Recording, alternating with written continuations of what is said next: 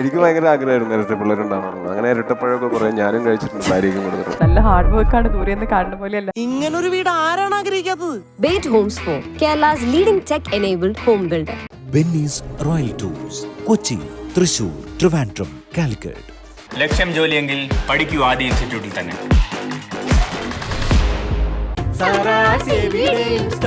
ഒരുമയുടെ നാടൻ celebration Sara's. ഞാൻ ഇടയ്ക്ക് ആലോചിച്ചിട്ടുണ്ട്, ഞാനൊരു ഇരട്ട കുട്ടിയായിരുന്നെങ്കിൽ ഇടയ്ക്ക് ഡബിൾ റോൾ ഒക്കെ ചെയ്യുന്ന സമയത്ത് ഭയങ്കര കൺവിൻസിംഗ്ലി ചെയ്യാം. ഇൻസ്റ്റാഗ്രാമിൽ മെസ്സേജ് അയക്കുന്നത് പ്രധാനമായിട്ടും മൂസിൻ പരായിരിക്കും, ബേസിൽ ജോസഫിനൊക്കെ ഫോർവേഡ് തിരിച്ച് എനിക്കും കിട്ടാറുണ്ട്. നമ്മളെ കളിയാക്കുന്നതാണെങ്കിൽ ജെനുവിൻ ഹ്യൂമറിൽ നമ്മൾ ചിരിച്ചതിന് ശേഷമേ നമ്മൾ ഒഫൻഡഡ് ആവുള്ളൂ. എല്ലാവർക്കും നമസ്കാരം. ഈ ശബ്ദം കേട്ടിട്ട് മനസ്സിലാവുന്നുണ്ടോ? എന്റെ ശബ്ദമാണെങ്കിൽ എന്റെ ശബ്ദം ഇങ്ങനെ അല്ല. വന്നിരുന്ന ആൾക്കാർ ഇറങ്ങി ഓടണോ, ഇത് എന്താണ് സംഭവിക്കുന്നത്? പബ്ജി ഒന്നും ഞാൻ കളിച്ചിട്ടില്ല, എനിക്കതൊന്നും കളിക്കാനൊന്നും അറിയാൻ പാടില്ല. ഞാൻ കളിക്കുന്നത് ലുഡോ ഒക്കെ പോലത്തെ കളിയാണ്. അപ്പൊ നമ്മളൊക്കെ ഏകദേശം ഒരു ഗെയിമൊക്കെ തന്നെ ആയിരിക്കും കളിക്കുന്നത്. പാമ്പും കോണി വരെ ടോയിനോ കളിക്കും. അല്ലാതെ പാമ്പും കൂടിയാണ് ശരിക്കുമുള്ള ജീവിതത്തിന്റെ പ്രതിഫലനം എന്ന് പറയുന്നത്. നമ്മൾ ഇങ്ങനെ കയറി 99 എത്തുമ്പോഴായിരിക്കും ഒരു പാമ്പ് വിഴുങ്ങുന്നത്. 10ാം ക്ലാസ് പഠിക്കുമ്പോൾ ഞങ്ങൾ വേറെ ക്ലാസ്സിലായിരുന്നു 10ാം ക്ലാസ്സിലെ. പക്ഷേ ഫിസിക്സിന് ഒരേ ടീച്ചറായിരുന്നു. പക്ഷേ ടീച്ചർ അവിടുന്ന് കണ്ടപ്പോ എനിക്കൊരടി ബാക്കിയുണ്ടല്ലോ എന്നോളോട്. അതല്ല, എന്തെങ്കിലും കുരുത്തക്കേട് കാണിച്ചിട്ട് ഞാനല്ല അവനാ എന്ന് പറഞ്ഞ പോലെ. ഇരിഞ്ഞാലക്കുട ഇല്ലിക്കൽ തോമസ് ചേട്ടന്റെ വീട്, അവിടുത്തെ ഗേറ്റ് എപ്പോഴും തുറന്നിട്ടേക്കുന്ന ഒരു ഗേറ്റ് ആണ്. അവന് ഈ വീട്ടിലല്ല താമസം. ഞങ്ങളും അവനും തമ്മിൽ അത്ര നല്ല രസത്തിലല്ല. നമ്മൾ തമ്മിലുള്ള കാര്യം നമ്മൾ അറിഞ്ഞാൽ പോലെ നാട്ടുകാരുടെ മുമ്പിൽ നമുക്ക് വഴക്കിട്ട പോലെ അഭിനയിക്കാം.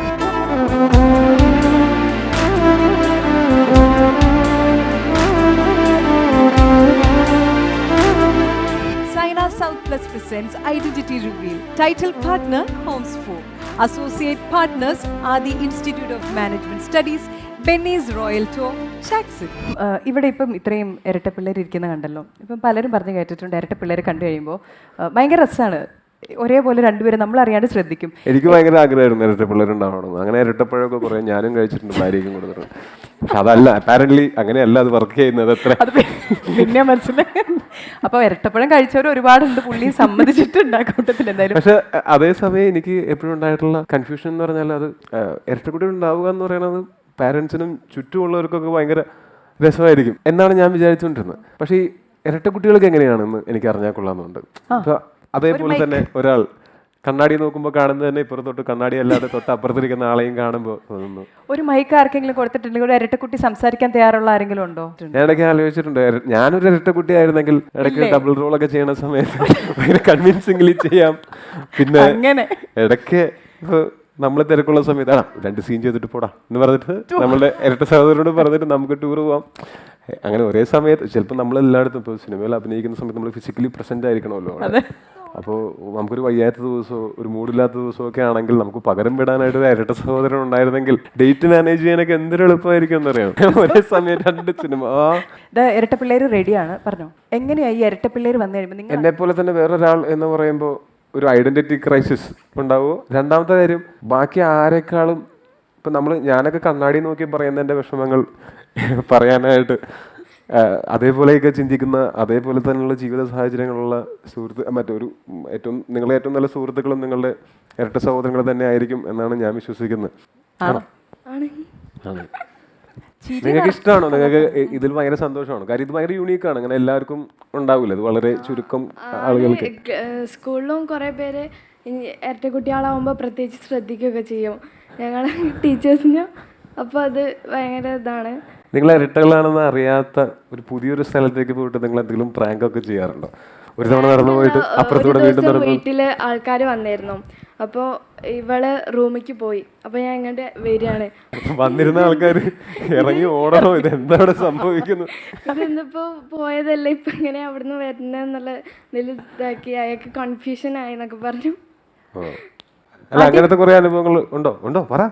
അടി മാറി കിട്ടുക, അല്ലെങ്കിൽ മറ്റവൻ അടി മേടിച്ചു കൊടുക്കുക, മറ്റവർക്ക് അടി മേടിച്ചു കൊടുക്കുക. ഞാനല്ല, ഞങ്ങൾ ചെറുപ്പത്തിലായ സമയത്ത് അമ്മേൻ്റെ അമ്മ ഞങ്ങൾക്ക് ഫുഡ് തരുമായിരുന്നു. അതിൽ ഒരാൾ റോസ് ബണ്ണും ഒരാൾ ഗ്രീൻ കളറ് ബണ്ണുമാണ് മുടിയിൽ കെട്ടിയിട്ടുണ്ടായിരുന്നത്. അതിൽ ഫസ്റ്റ് ഒരാൾക്ക് ഫുഡ് കൊടുത്തു. എന്നിട്ട് അയാൾ പോയിട്ട് പിന്നെ മറ്റേ ആളുടെ അതേ കളറ് ബണ്ണെടുത്ത് കെട്ടി. അമ്മ വിചാരിച്ചു അയാൾ ഫുഡ് കഴിച്ചിട്ടില്ല എന്ന് വിചാരിച്ചിട്ട് അയാൾക്ക് രണ്ടാമതും കൊടുത്തു. ഭക്ഷണത്തോടൊരു ഇഷ്ടം. അപ്പൊ തല്ല് മേടിക്കാത്ത ആരെങ്കിലും ഉണ്ടോ? ഞാനല്ല അവനാണ് അവളാണ്. എന്തൊരു നല്ല പിള്ളേര്. അതേ ഇരിക്കണം. ഒന്ന് കാണട്ടെ, ഒന്ന് എഴുന്നേറ്റ് പോവാ. തിരിച്ചും മേടിച്ചു കൊടുത്തിട്ടുണ്ട് മോളെ. 10ാം ക്ലാസ് പഠിക്കുമ്പോൾ ഞങ്ങൾ ഞങ്ങൾ വേറെ ക്ലാസ്സിലായിരുന്നു 10ാം ക്ലാസ്സിൽ. പക്ഷേ ഫിസിക്സിന് ഒരേ ടീച്ചറായിരുന്നു. പക്ഷേ ടീച്ചർ അവിടുന്ന് കണ്ടപ്പോൾ എനിക്കൊരടി ബാക്കിയുണ്ടല്ലോ എന്ന് അവളോട് പറഞ്ഞു. അതല്ല, എന്തെങ്കിലും കുരുത്തക്കേട് കാണിച്ചിട്ട് ഞാനല്ല അവനാ എന്ന് പറഞ്ഞ പോലെ വളരെ നിരപരാധി ശിക്ഷിക്കപ്പെടരുതല്ലോ. അതെ, CCTV ഫുട്ടേജ് വെച്ച് പോലും പിടിക്കാൻ പറ്റൂല. താങ്ക് യു കേട്ടോ. ഇരുന്നു. ട്വിൻ ഉണ്ടായിരുന്നെങ്കിൽ, അല്ല ലൈക്ക് ഇങ്ങനെ ഒരു ട്വിൻ ഉണ്ടായിരുന്നെങ്കിൽ എന്ന് വിചാരിച്ചിട്ടില്ലേ? എനിക്ക് കുട്ടികളുണ്ടാകുമ്പോൾ ട്വിൻസ് ആയിരുന്നെങ്കിൽ വളരെ രസമായിരുന്നേനെ എന്നൊക്കെ ഞാൻ ചിന്തിച്ചിട്ടുണ്ടെന്നുള്ളത് സത്യമാണ്. പക്ഷേ അതും ഈ പറഞ്ഞ പോലെ ഞാൻ ഇടയ്ക്ക് ചിന്തിക്കാറുണ്ട്, ഒരേപോലത്തെ രണ്ടാൾക്കാർ വരുന്ന സമയത്ത് അവർ തമ്മിൽ ശരിക്കുള്ള ഞാനാ എന്ന് പറയുന്ന പ്രശ്നം ഉണ്ടാകുമോ എന്നുള്ളത്.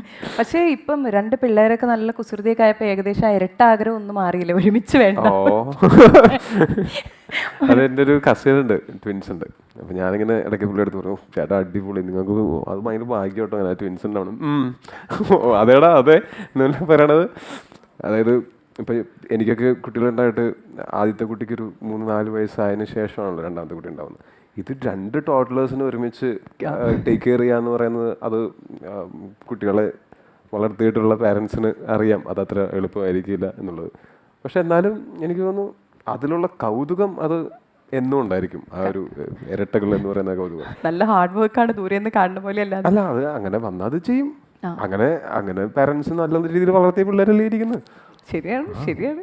ഇനി ചോദിക്കട്ടെ, ഒരു ട്വിൻ ബ്രദർ അല്ലെങ്കിൽ സിസ്റ്റർ ഉണ്ടായിരുന്നെങ്കിൽ എന്ത് പേരിട്ടേനെ? കാരണം നിങ്ങളുടെ വീട്ടിലെ പേരുകളൊക്കെ ഭയങ്കര ഡിഫറെന്റ്, എങ്ങനെ കണ്ടുപിടിച്ചു എന്ന് തന്നെ അത് അപ്പനോട് തന്നെ ചോദിക്കണം. എനിക്കറിയില്ല, ഞങ്ങളുടെ പേരുകൾ എവിടെ നിന്നാണ് കണ്ടുപിടിച്ചതെന്ന് അറിയില്ല. ട്വിൻ ബ്രദർ ഉണ്ടായിരുന്നെങ്കിൽ എന്ത് പേരിടും എന്ന് എനിക്കറിഞ്ഞൂടാ. വേണ്ട, ഇല്ലാത്ത ട്വിൻസിന്റെ പേര് ചോദിക്കുന്നത് ശരിയല്ലാത്തതുകൊണ്ട് നമ്മൾ ചോദിക്കില്ല. ഇനി വീട്ടിലോട്ട് അപ്പൻ്റെ കാര്യം പറഞ്ഞുകൊണ്ട് പറയട്ടെ. ഇപ്പം ആ ഭാഗത്തുള്ള ആളുകളെല്ലാം ടോവിനോട് വീടിനെ കുറിച്ച് പറയുന്ന ഒരു കാര്യമുണ്ട്. ഇരിഞ്ഞാലക്കുട ഇല്ലിക്കൽ തോമസ് ചേട്ടൻ്റെ വീട്, അവിടുത്തെ ഗേറ്റ് എപ്പോഴും തുറന്നിട്ടേക്കുന്നൊരു ഗേറ്റാണ്. ആർക്കും കയറി ചെല്ലാൻ പറ്റുന്നൊരു സ്ഥലമാണ്. നമ്മളിത് കേക്കിട്ട് കഴിയുമ്പോൾ നമ്മൾ ഈ ചില സിനിമകളിലേക്ക് ജന്മികളുടെ ഒക്കെ പോലെ ആ പടിപ്പുര അടയ്ക്കാറില്ല എന്നൊരു ഫീലിംഗ് ആണ് വരണേ. അപ്പോൾ ശരിക്കും ഈ പറഞ്ഞ പോലെ ശരിയാണോ? എല്ലാവർക്കും ആക്സസിബിൾ ആയിട്ടുള്ള എപ്പോഴും കയറി വരാൻ പറ്റുന്ന പോലെ അങ്ങനത്തെ ഒരു വീടാണോ? എൻ്റെ അപ്പനൊരു ലോയറാണ്. അപ്പോൾ അപ്പൻ്റെ ക്ലയൻസൊക്കെ വരികയും ഒക്കെ ചെയ്യുന്ന കാരണം കൊണ്ട് ചെറുപ്പം പോലെ എൻ്റെ വീട് അങ്ങനെ ഗേറ്റ് അടയ്ക്കാറില്ല. അതങ്ങനെ ഇപ്പോൾ പിള്ളേർക്ക് കളിക്കാൻ സമയത്തൊക്കെയാണ് ഗേറ്റ് അടയ്ക്കുന്നത്. കാര്യം എന്ന് വെച്ചാൽ ഗേറ്റ് കടന്ന് പിള്ളേർ റോഡിലേക്ക് പോകാതിരിക്കാനും ഒക്കെ. ഞാനും ആ വീട്ടിലാണ് താമസിക്കുന്നത് എന്നുണ്ടെങ്കിൽ പോലും ആ വീട്ടിലെ ഗൃഹനാഥൻ എൻ്റെ അപ്പനാണ്. അപ്പോൾ അപ്പൻ്റെ പ്രൊഫഷൻ ഇതായത് കാരണം കൊണ്ട് അവിടെ വന്ന് എല്ലാവർക്കും വന്ന് ഗേറ്റിൻ്റെ പുറത്ത് കാത്തുക്കാൻ. മാത്രമല്ല എൻ്റെ കറക്റ്റ് ഒരു 1 വേയിലാണ് വീട്. അപ്പോൾ ഗേറ്റ് അടച്ചിട്ട് കഴിഞ്ഞാൽ ഒരു വണ്ടിയൊക്കെ ഫ്രണ്ടിൽ കൊണ്ടുവന്നിട്ട് ബാക്കിൽ നിന്ന് വരുന്ന ബസ് ആ വണ്ടിയും കൊണ്ട് പോകും. അത് കാരണം കൊണ്ട് ആ തുറന്നു ഇട്ട് കഴിഞ്ഞാൽ എൻ്റെ വീട്ടിലേക്ക് വരുന്ന ഒരു ദിവസം എന്ന് പറഞ്ഞാൽ അകത്തേക്ക് കയറ്റി പാർക്ക് ചെയ്തിട്ട് പിന്നീടുള്ള കാര്യങ്ങൾ ആലോചിക്കാം. ആ വീട്ടിൽ ഞാൻ മാത്രമേ ഉള്ളൂ സിനിമയിൽ അഭിനയിക്കുന്നത്. ബാക്കിയുള്ള എല്ലാവരും നിങ്ങളെയൊക്കെ പോലെ ഉള്ള സിനിമയിൽ അഭിനയിക്കാത്ത ആൾക്കാരാണ്. അവർക്ക് ഇത്ര അറ്റൻഷനൊന്നും അത്ര ഇഷ്ടമല്ല. അതായത് ഇപ്പോൾ എൻ്റെ വീട്ടിൽ ഒരു ബെല്ലടിച്ച് കഴിഞ്ഞാൽ വീടിൻ്റെ ബാക്കിൽ നിന്ന് അമ്മ നടന്നു വന്നിട്ട്, അമ്മ അല്ലെങ്കിൽ ആരാണെങ്കിലും നടന്നു വന്നിട്ട് ഇത് തുറന്നു നോക്കുമ്പോൾ ടൊവിനുണ്ടോ നോക്കുമ്പോൾ ഇല്ല എന്ന് പറയാൻ വേണ്ടി മാത്രം ഇത്രയും ദൂരം നടന്നു വന്ന് എന്തെങ്കിലും ചിലപ്പോൾ കുക്ക് ചെയ്തുകൊണ്ടിരിക്കുകയായിരിക്കും, അല്ലെങ്കിൽ എന്തെങ്കിലും പണികളിലായിരിക്കും അതിൻ്റെ ഇടയ്ക്ക്. അപ്പോൾ അത് ഒരു ദിവസം 10, 20, 30, 40 തവണയൊക്കെ അത് ചെയ്യേണ്ടി വന്നാൽ അത് ഭയങ്കര ബുദ്ധിമുട്ടാണ് അവരെ സംബന്ധിച്ചിടത്തോളം. അവർ ചെയ്തുകൊണ്ടിരിക്കുന്ന ജോലികൾക്കൊക്കെ ഭയങ്കര ബുദ്ധിമുട്ടാണ്. അപ്പോൾ അത് കാരണം കൊണ്ട് ഞാൻ അങ്ങനെ വീട്ടിലേക്ക് സ്വാഭാവികമായിട്ടും എന്തെങ്കിലും ആവശ്യങ്ങളുണ്ടെങ്കിൽ അല്ലെങ്കിൽ എന്തെങ്കിലും കാര്യമുള്ള കാര്യമുണ്ടെങ്കിൽ ഓക്കെ. അല്ലാതെ വരുന്ന സമയത്ത് ഞാനവിടെ ഇല്ല, ഞാനവിടെ ഉണ്ടെങ്കിൽ അവർ വരുന്നതിലെ കാര്യമുണ്ട്. ഞാനവിടെ ഇല്ലാത്തപ്പോൾ അവർ വരുന്നത് എൻ്റെ വീട്ടുകാരെ ബുദ്ധിമുട്ടിക്കാം എന്നുള്ളതിനപ്പുറത്ത് അതിനകത്ത് യാതൊരു ഒന്നും സംഭവിക്കാൻ പോകുന്നില്ല. അപ്പോൾ ഞാനിപ്പോൾ അത് മാത്രമല്ല, ചിലപ്പോൾ വീട്ടിലെന്തെങ്കിലും കാര്യങ്ങളൊക്കെ ഉണ്ടെങ്കിൽ അപ്പനും നാട്ടിൽ അത്യാവശ്യം ആളുകൾക്ക് അറിയുന്ന ഒരാളായത് കാരണം കൊണ്ട് ചേട്ടനെയും ഈ പറഞ്ഞ പോലെ അപ്പോൾ അവരോടൊക്കെ ഇങ്ങനെ ചോദിക്കും, മറ്റൊരു പരിപാടിയുണ്ട് അതിന് ടോവിനോനെ വിടും. അപ്പോൾ ഇവരാണെങ്കിൽ ആര് ചോദിച്ചാലും അത് എൻ്റെ അടുത്ത് ചോദിച്ചിട്ട് വേണമല്ലോ അതിൻ്റെ യെസ് ഓർ നോ പറയാനായിട്ട്. അതുകൊണ്ട് ഇവരെൻ്റെ അടുത്ത് ചോദിക്കും. അപ്പോൾ ഞാൻ പറയും, ഞാൻ ഷൂട്ട് കഴിഞ്ഞ് ചിലപ്പോൾ ഒരു ദിവസം ഒക്കെ ആയിരിക്കും വീട്ടിൽ നിൽക്കാൻ കിട്ടുക. ആ ദിവസം ഒരു പരിപാടിക്ക് പോകാനായിട്ട് എനിക്ക് ഒട്ടും താല്പര്യം ഉണ്ടാവില്ല. അപ്പോൾ ഇവരും അനുഭവിക്കുന്ന ബുദ്ധിമുട്ടെന്ന് വെച്ചാൽ ഇങ്ങനെ ഒരു പരിപാടിക്ക് വിളിക്കുന്നവരോട് എങ്ങനെയാ നോ എന്ന് പറയാ, അപ്പം നീ പറയണ പോലെയല്ല ഞങ്ങൾ പറയുമ്പോൾ എന്നുള്ള കാര്യങ്ങളാണ് എൻ്റെ ചേട്ടനൊക്കെ പറയണത്. അപ്പോൾ ഇപ്പം ഞാൻ റീസെൻ്റ്ലി പറഞ്ഞേക്കുന്നത് അവനിപ്പോൾ ഈ വീട്ടിലല്ല താമസം, ഞങ്ങളും അവനും തമ്മിൽ അത്ര നല്ല രസത്തിലല്ല എന്ന് പറഞ്ഞേക്കൂ, എന്നിട്ട് നിങ്ങൾ അതിൽ നിന്ന് ഊരിക്കോ എന്നാണ് ഞാൻ പറയുന്നത്. നമ്മൾ തമ്മിലുള്ള കാര്യം നമ്മൾ അറിഞ്ഞാൽ പോരെ, നാട്ടുകാരുടെ മുമ്പിൽ നമുക്ക് വഴക്കിട്ട പോലെ അഭിനയിക്കാം എന്നാണ് ഞാൻ പറയുന്നത്. കാര്യം എന്ന് വെച്ചാൽ ഇത് ഞാൻ ഈ ഒരു സിനിമാ നടനായതിൻ്റെ പേരിലുള്ള അതിൻ്റെ പേരിൽ വരുന്ന എല്ലാ ബാഗേജും എടുക്കാനായിട്ട് ഞാൻ ബാധ്യസ്ഥനാണ്. ഞാനാണല്ലോ സിനിമയിൽ. അവർ വീട്ടിലൊരു സിനിമാ നടനുണ്ടെന്നും പറഞ്ഞിട്ട് അവരിതൊന്നും എടുക്കേണ്ട കാര്യമില്ല. അവർ ഡിസേർവ് ചെയ്യുന്നുണ്ട് അതിനേക്കാളും കുറച്ചും കൂടെ റിലാക്സ്ഡ് ആയിട്ടുള്ള സാധാരണ മനുഷ്യന്മാരൊക്കെ ജീവിക്കുന്ന പോലത്തെ ലൈഫ്. നമ്മളൊരു കാര്യം ഇവിടെ ടൊവിനോയ്ക്ക് വേണ്ടി പ്ലാൻ ചെയ്തിട്ട് കുറേ കാര്യങ്ങൾ പിള്ളേർക്കെല്ലാം ഒത്തിരി ഇഷ്ടമുള്ള, ഞങ്ങൾക്ക് ഭയങ്കര ആഗ്രഹമുള്ളൊരു സർപ്രൈസ് ഉണ്ട്. ബിനു അതിന് റെഡി ആയിട്ട് ഇവിടെ നിൽക്കുന്നു.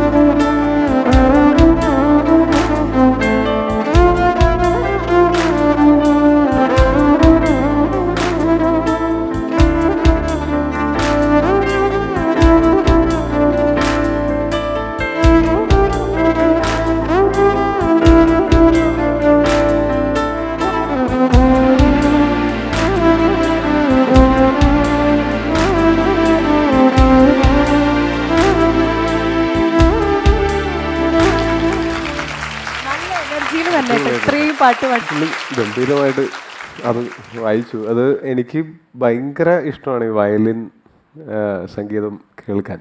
പ്രത്യേകിച്ച് ഞാൻ ഭയങ്കര മെലഡികളുടെ ആരാധകനാണ്.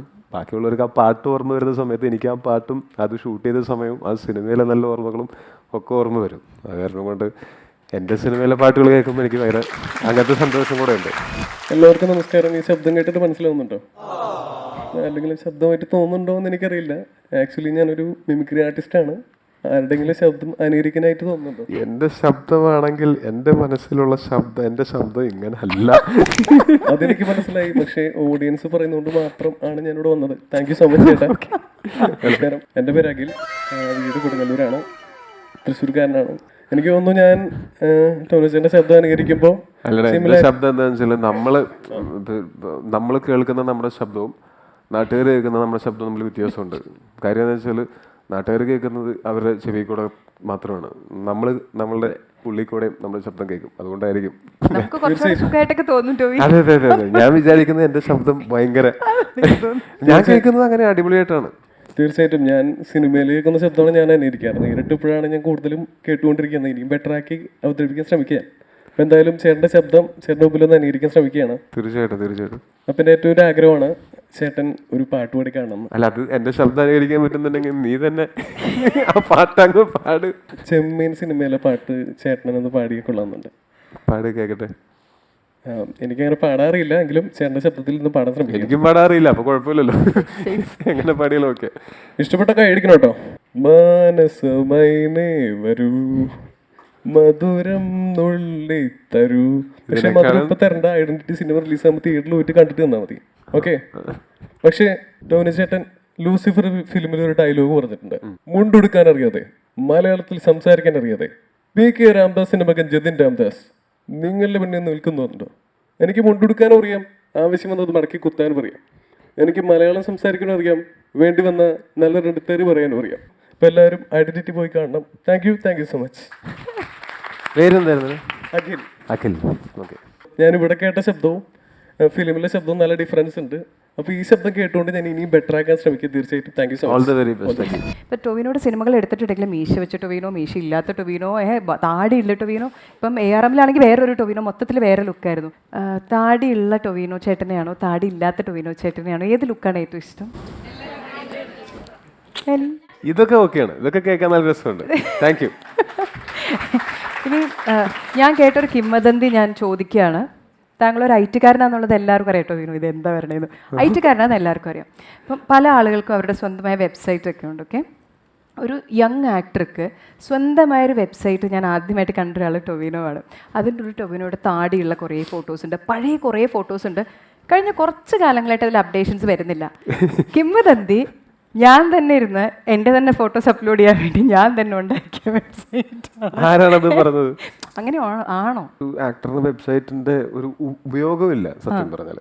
ഇപ്പോൾ എൻ്റെ ഒരു ഫ്രണ്ടാണ് ആ IP അഡ്രസ്സോ എന്താ പറയാൻ അത് പോവാതിരിക്കാൻ വേണ്ടിയിട്ട്, ആ വെബ്സൈറ്റ് പോവാതിരിക്കാൻ വേണ്ടിയിട്ട് അവനത് ചെയ്ത് ഇട്ടോടെ.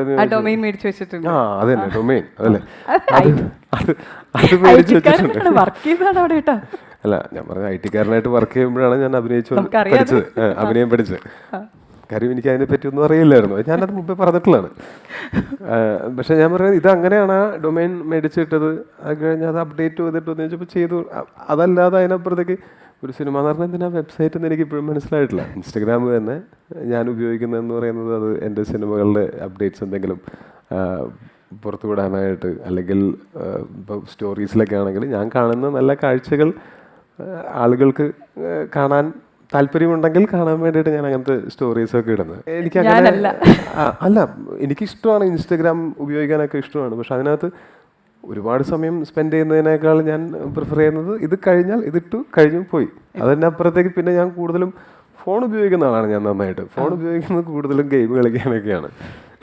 ഇങ്ങോട്ട് വരുന്ന വഴിക്കും പിള്ളേരുടെ എല്ലാം മുന്നിൽ ഗെയിമുകൾ എന്ന് വെച്ചാൽ അത് ഈ പറഞ്ഞ പോലെ അത് ശരിയായ മെത്തേഡാണെന്ന് അറിയില്ല. പക്ഷെ എനിക്ക് ഞാൻ എന്തെങ്കിലും ചെയ്തുകൊണ്ടിരിക്കുന്ന സമയത്ത് എനിക്ക് ഡിസ്ട്രാക്ഷൻസ് ആവശ്യമുണ്ടെങ്കിൽ ഗെയിമാണ് ഭയങ്കര രസമുള്ളൊരു ഡിസ്ട്രാക്ഷൻ.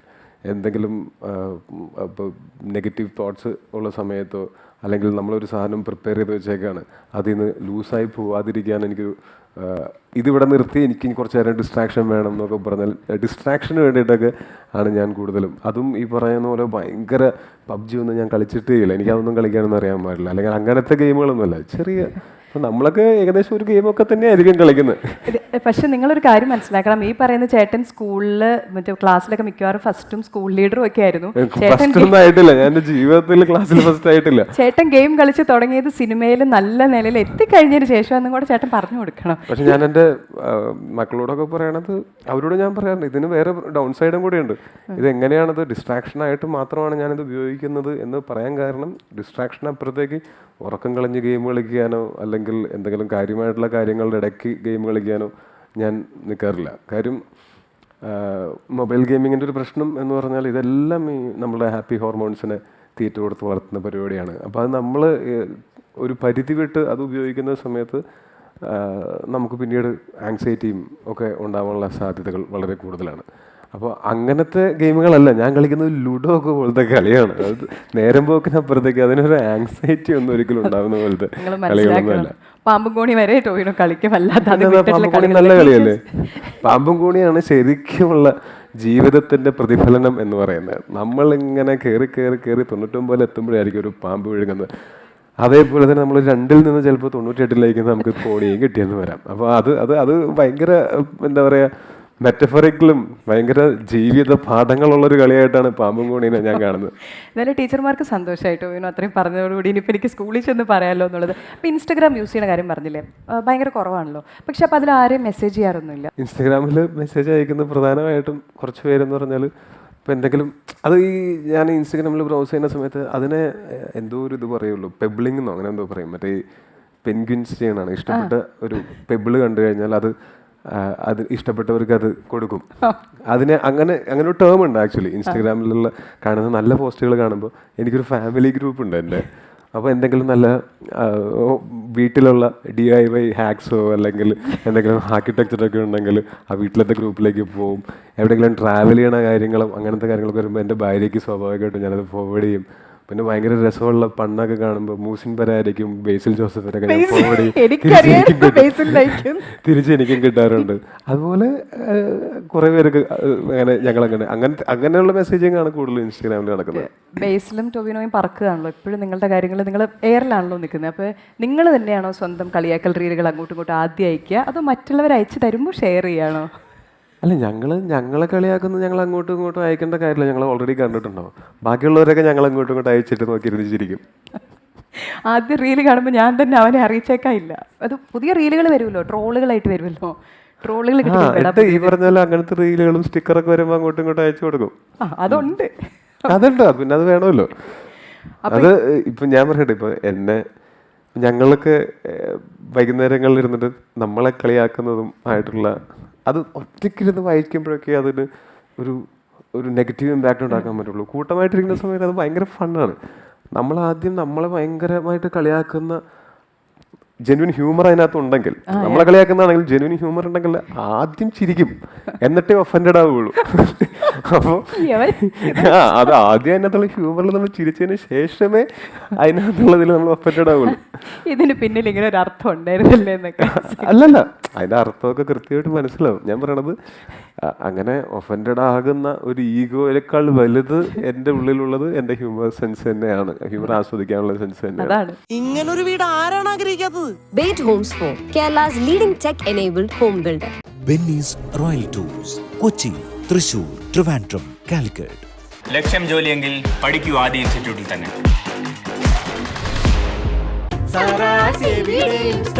ഒരുമയുടെ നാടൻ സെലിബ്രേഷൻ സാറാസ്.